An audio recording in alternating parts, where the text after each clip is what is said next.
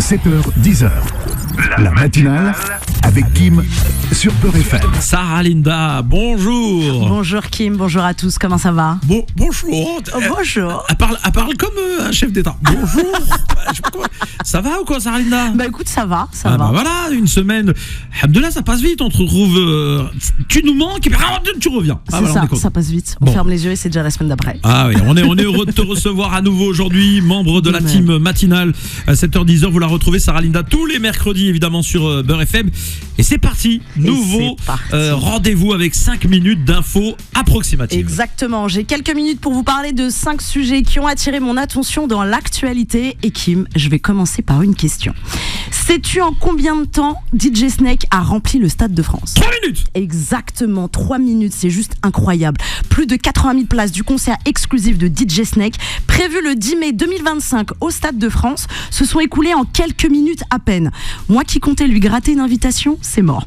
Bien évidemment... Je peux peut-être intervenir. Ah, tu me ferais plaisir pour Noël. Je peux peut-être... On se parle régulièrement, je peux peut-être essayer. S'il te plaît, mais comme il y en a plein qui m'ont demandé déjà ici à la radio, je pense qu'il peut m'envoyer chier. Je suis sur la liste d'attente alors. Et je vous aurais proposé bien évidemment une invitation à l'un de mes spectacles en échange parce que je ne suis pas une crevarde. DJ Snake, moi si j'étais toi, je répondrais favorablement à la demande. J'espère. Écoute Kim avec attention. En tout cas, l'artiste franco-algérien prouve une fois de plus qu'il est le roi des platines.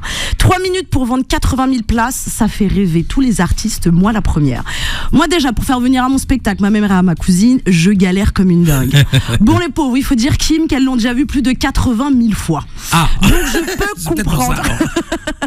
Et comme tout le monde n'arrive pas à remplir le Stade de France, des fois faut mieux rester chez soi. À Montrouge, Byron, un humoriste amateur de 19 ans, révolutionne le stand-up. Il joue chez lui, Kim, devant sa fenêtre au rez-de-chaussée. Et cela peut paraître incroyable, mais depuis quelques semaines, Byron a une trentaine de téléspectateurs, de spectateurs. Je le vois déjà à la télé, c'est ce que je lui souhaite. Tous les jeudis et dimanches à 19h30, je lui tire mon chapeau.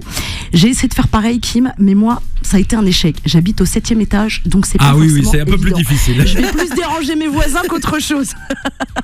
Et toujours dans le monde du spectacle, le grand retour de Secret Story après 6 ans d'absence. Kim, est-ce que tu regardais ou pas un peu?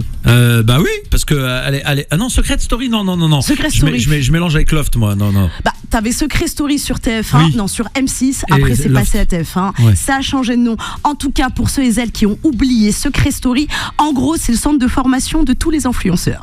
C'est ça. Exactement, et très peu de chirurgiens en sont sortis. Par contre, quand ils sortent de Secret Story, ils vont tous voir un chirurgien, et ça, c'est pas un secret. Je pourrais vous donner les noms des anciens participants, mais comme le Covid, on les a tous oubliés. Par contre, n'oubliez pas, c'est de bien ranger vos bagues à plus de 750 000 €, Kim. Ça s'est passé à l'hôtel Ritz à Paris vendredi dernier. Je ne sais pas si tu as entendu l'info, mais c'est juste incroyable. Une bague de 750 000 € a disparu pendant que sa propriétaire s'était absentée pour faire du lèche-vitrine. On n'a pas les mêmes problèmes. En tout cas, une enquête a été confiée. C'est sûr. Ah oui, non, mais tous les hôtels, tous les magasins stylés, moi j'y vais pas, mais bon, c'est pas grave. En tout cas, on ne lui en veut pas.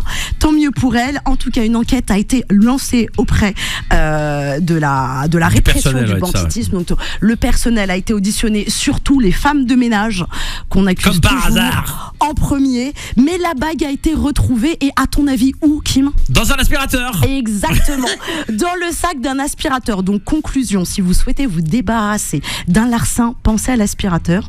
Bien évidemment, si vous volez une Mercedes, cherchez un gros aspirateur. Oui, là, oui. Car le Dyson ne suffira pas. Et justement, n'aspirez plus vos acariens, ni vos punaises de lit, ni les insectes que vous croisez chez vous, Kim.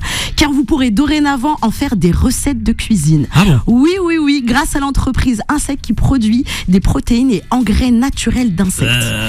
Et oui, il faut révolutionner. Entreprise fondée en 2011 à Paris, la start-up vient de démarrer la première ferme